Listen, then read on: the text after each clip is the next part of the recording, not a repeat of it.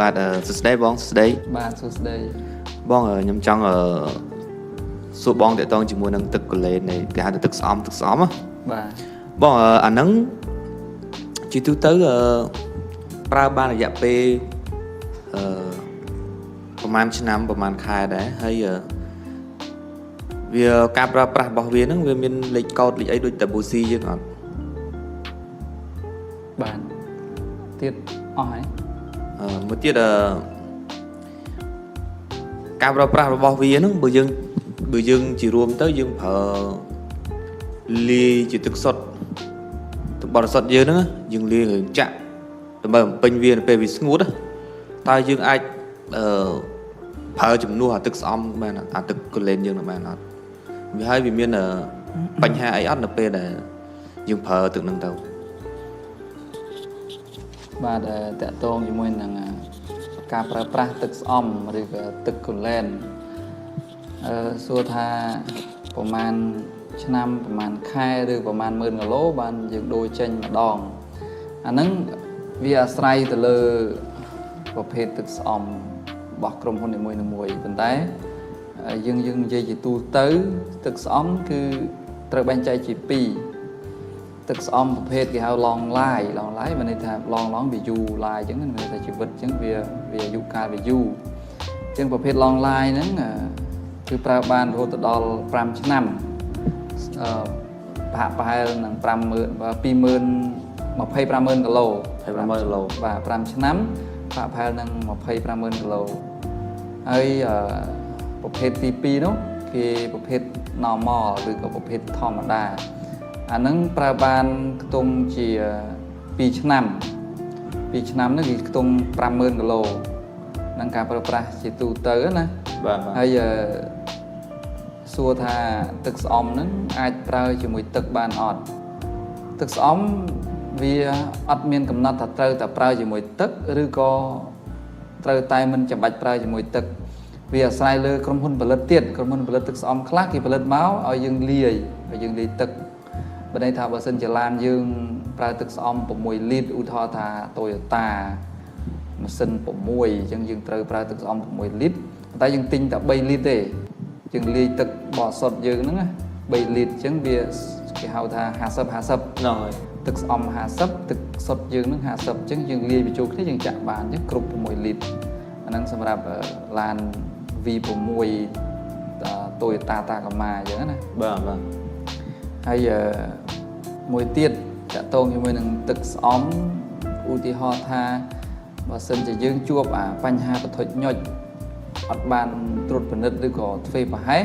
អស់ទឹកស្អំហ្មងយើងរកទិញអត់តាន់ទិញមិនបានអញ្ចឹងទៅវាយើងប្រញាប់ប្រើប្រាស់ស្រាប់តែឆែកមើលវារីងទឹកស្អំវាអស់ទឹកស្អំអញ្ចឹងតើយើងលាយទឹកឬក៏យើងប្រើទឹកបរិសុទ្ធឬក៏ទឹកដងអីទឹក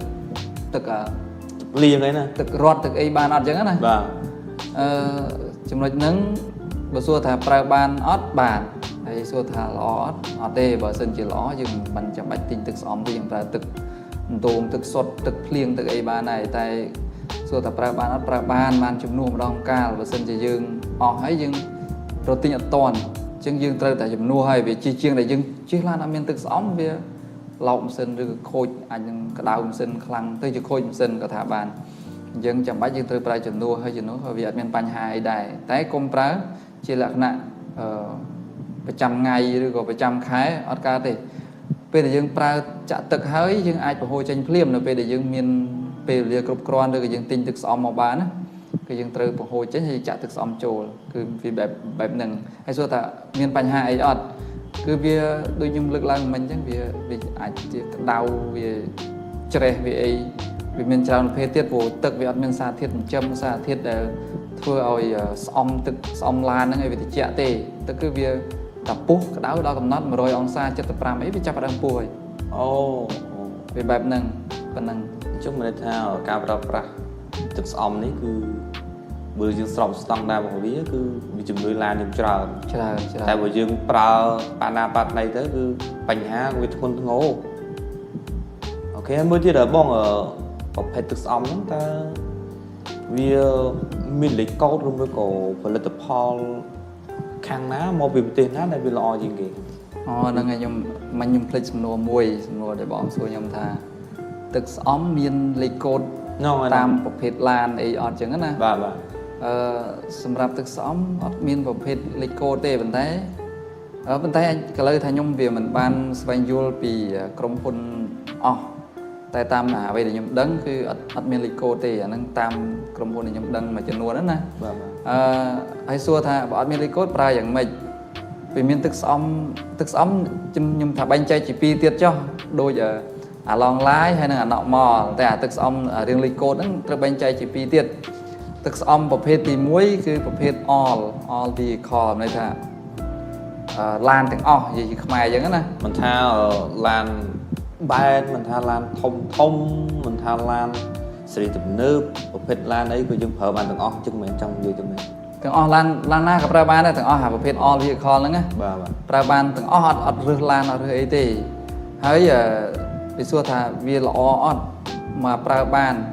ผู้กิจดามา all vehicleហើយយើងអាចប្រើគ្រប់ឡានទាំងអស់ហើយនឹងអាហ្នឹងប្រភេទទី1ប្រភេទទី2ក៏មានប្រភេទទឹកស្អំដែលគេផលិតមកសម្រាប់ឡានឧទាហរណ៍ថាទឹកស្អំចេញពីអាមេរិកអញ្ចឹងគេផលិតសម្រាប់ឡានពពួកគេឡាន Ford ឬក៏ Escalade អីហ្នឹងណា Escalade របស់អាមេរិកបាទហ្នឹងហើយហើយប្រភេទឡានជប៉ុនក៏ដោយដែលតម្លើងនៅអាមេរិកដែលគេធ្វើស្តង់ដារតាមបែបអាមេរិកណាបាទដូចឡានដែលគេពពួកលិចស៊ីក៏គេដោតសំខាន់លើអាមេរិកដែរអញ្ចឹងដោយសារអាមេរិកប្រទេសដែលរីកចម្រើនប្រទេសដែលមានអញ្ចឹងគេផលិតលុយស៊ីជាទូទៅគេផលិតប្រភេទឡានលុយសេរីឡានបែបអភិជនណាដូចលុយស៊ី507ដូច330ដូចអីពីមុនសិតតែឡានអភិជនហ្នឹងអញ្ចឹងឡានទំនើបអស់ហ្នឹងក៏មានទឹកស្អំប្រភេទទឹកស្អំដែលគេផលិតផ្ដោតទៅលើពួកអាហ្នឹងដែរតែសួរថាយកមកប្រើឡានយើងបានអត់យកបានតែគេមិនរីកមិនឲ្យយើងប្រើទេអញ្ចឹងប្រភេទ2ហ្នឹងដែលខ្ញុំបែងចែកថាប្រភេទទឹកស្អំមានសម្រាប់ដែលអត់មានលេខកូដប៉ុន្តែគេសេអក្សរលើកដុំហ្មងnormal ហើយនឹង normal ហើយនឹង all vehicle បើយើងនិយាយឲ្យជាភាសាខ្មែរស្រួលយល់ប្រភេទទឹកស្អំដែលប្រើគ្រប់ឡានទាំងអស់ហើយនឹងប្រភេទទឹកស្អំដែលពិសេសសម្រាប់ឡានមួយចំនួនបាទគឺបែបហ្នឹងមានតែ2ហ្នឹងទេប៉ុន្តែសូតែមានកូដអត់ក្រុមហ៊ុនផ្សេងអត់ខ្ញុំអត់ដឹងទេហើយដឹងថា2ហ្នឹងគឺប្រភពមកពីអាមេរិកគេផលិតមកគឺបែងចែកជា2ហ្នឹងហើយមួយទៀតបងសួរថាតើទឹកស្អំចេញមកប្រទេសណាដែលល្អគុណភាពល្អអញ្ចឹងណាហ្នឹងហើយតាមខ្ញុំដឹងអ្វីដែលខ្ញុំសងកាត់ធ្លាប់ប្រើ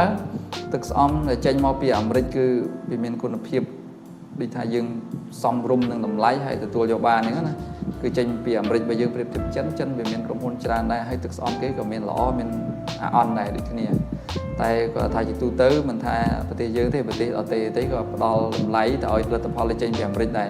ព្រោះគេអត់សូវមានអាខ្លាំងខ្លាយអត់សូវមានអាអន់ទេភាគច្រើនគឺល្អប្រើប៉ុណ្ណឹងអូខេអរគុណបងចឹងអរគុណសម្រាប់ចម្លើយ